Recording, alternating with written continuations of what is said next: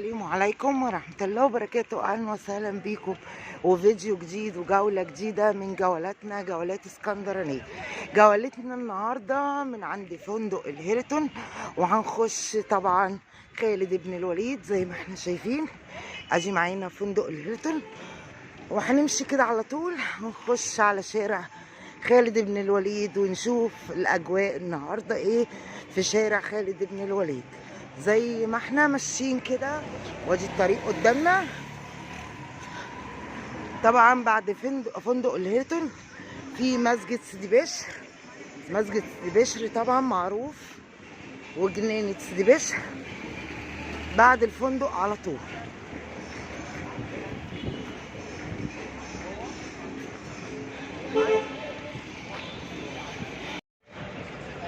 ادي طبعا فندق الهيلتون، وداخلين بقى على خالد بن الوليد وسيدي بشر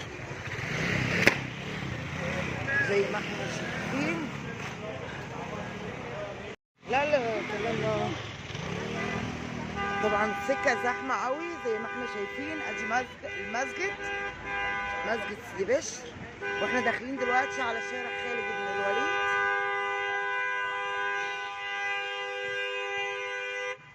بس السكه زحمه قوي.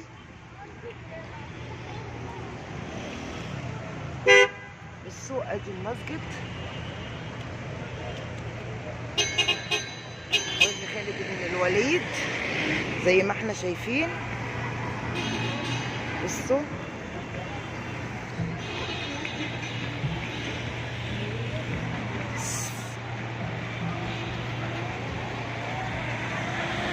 اهو دخلنا دلوقتي على شارع خالد بن الوليد.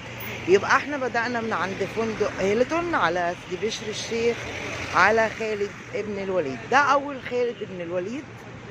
طبعا هنا المحلات، بصوا محلات الملابس زي ما احنا شايفين. شارع خالد بن الوليد معروف طبعا بالملابس.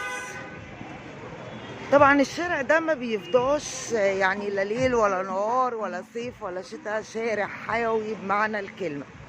شارع خالد بن الوليد لا يمكن يفضى من الناس. اي نعم في الشتاء بيبقى فاضي شوية، بس مش زي الصيف. الصيف طبعا بيبقى اكتر، بس برضو ما بيفضاش من الناس. وكمان في ايام في الاسبوع في الشتاء بيبقى زحمة جدا طبعا، لانه شارع تجاري كله محلات على الناحيتين. شارع طبعا اطلقوا عليه كمان اسم شارع المصيفين زي ما احنا شايفين، لانه طبعا كله عماير وكله شقق، وفي ظهر العماير دي طبعا البحر، فعشان كده اطلقوا عليه شارع المصيفين. يعني كمان معروف بكده.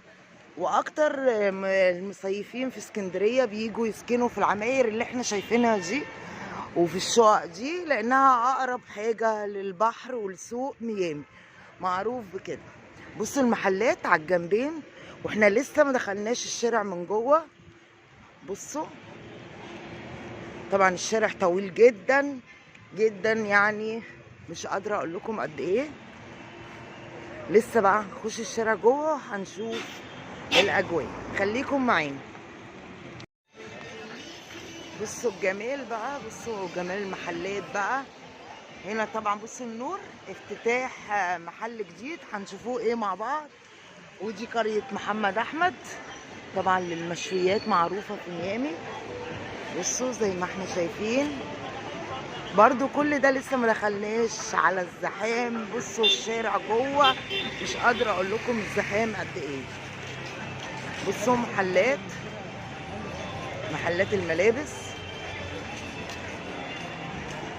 وده بقى ايه، ده الافتتاح بتاع المحل. هنشوفه بقى محل ايه بقى. بصوا النور لغايه فين، بصوا النور، شايفين عاملين نور قد ايه اهو زي ما احنا شايفين. ده مش محل، ده جيم، افتتاح جيم اهو في الدور الاولاني زي ما احنا شايفين في العماره دي. اول شارع خالد بن الوليد جيم اهو للسيدات ورجال زي ما احنا شايفين اهو. الافتتاح النهارده للجيم. بصوا محلات الملابس بقى، الملابس الاوروبي اللي هي طبعا معروفه. بصوا الاسعار ب30 وب35. بصوا منزلين الاسعار، طبعا نزلوا الشتوي برضو. في الشتوي اهي هنا وهنا، من الناحيه دي ومن الناحيه دي زي ما احنا شايفين. بصوا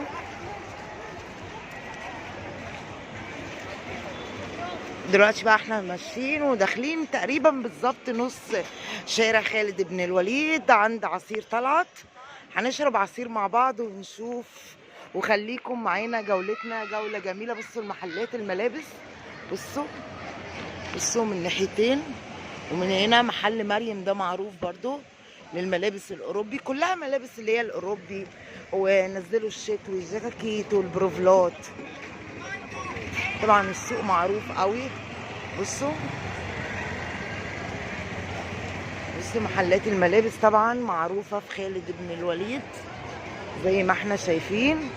بصوا الاسعار بتبدأ 35 جنيه ده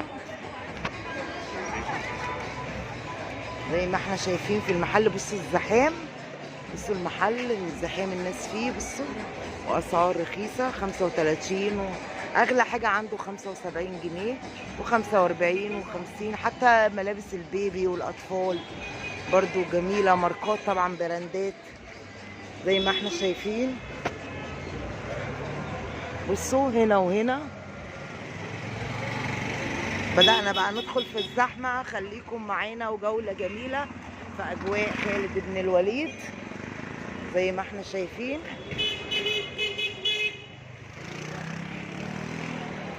احنا دلوقتي في نص خالد بن الوليد، وده برضو سنتر.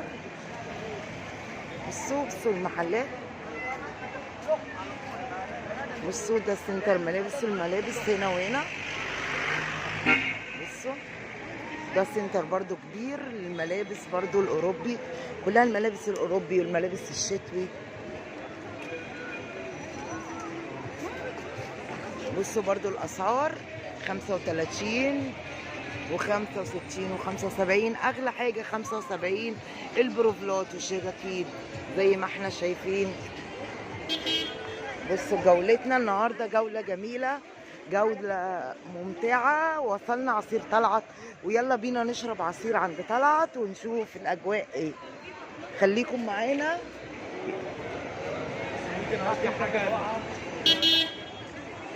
زي ما احنا شايفين عدينا دلوقتي الشارع وادي عصير طلعت اهو.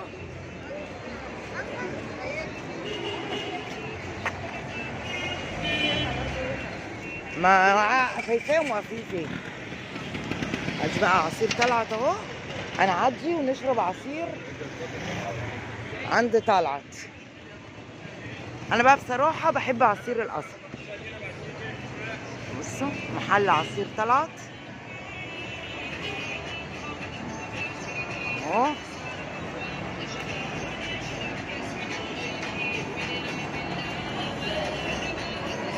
جيب لنا بقى خروج عصير طلعت قصب. قصب. بصوا بيعمل البسكوت بتاع الجيلاتي طازه، احلى عصير. واللي هناك ده شايفين. ورينا الجيلاتي عندك ايه.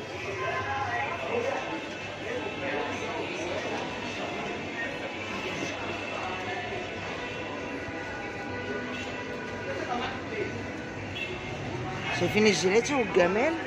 بصوا احلى جيلاتي عندهم احلى عصاير. تعالوا جوه اوريكم العصاير بقى والجمال. بصوا العصاير عندهم جميله. بصوا عندهم طبعا الخروب لا يعلى عليه، والصوبيا لبن خالص. وعندهم المانجا والفراوله. احلى عصاير عند عصير طلعت. طبعا عصير طلعت معروف زي ما احنا شايفين. والبوريو طبعا عصير البوريو. وهنا بيعمل بصوا البسكوت ايه طازه زي ما احنا شايفين. خليكم معانا وهنشوف بقى العصير.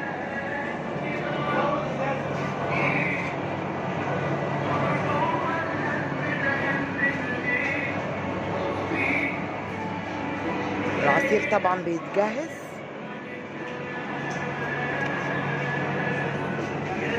اهو جه اهو.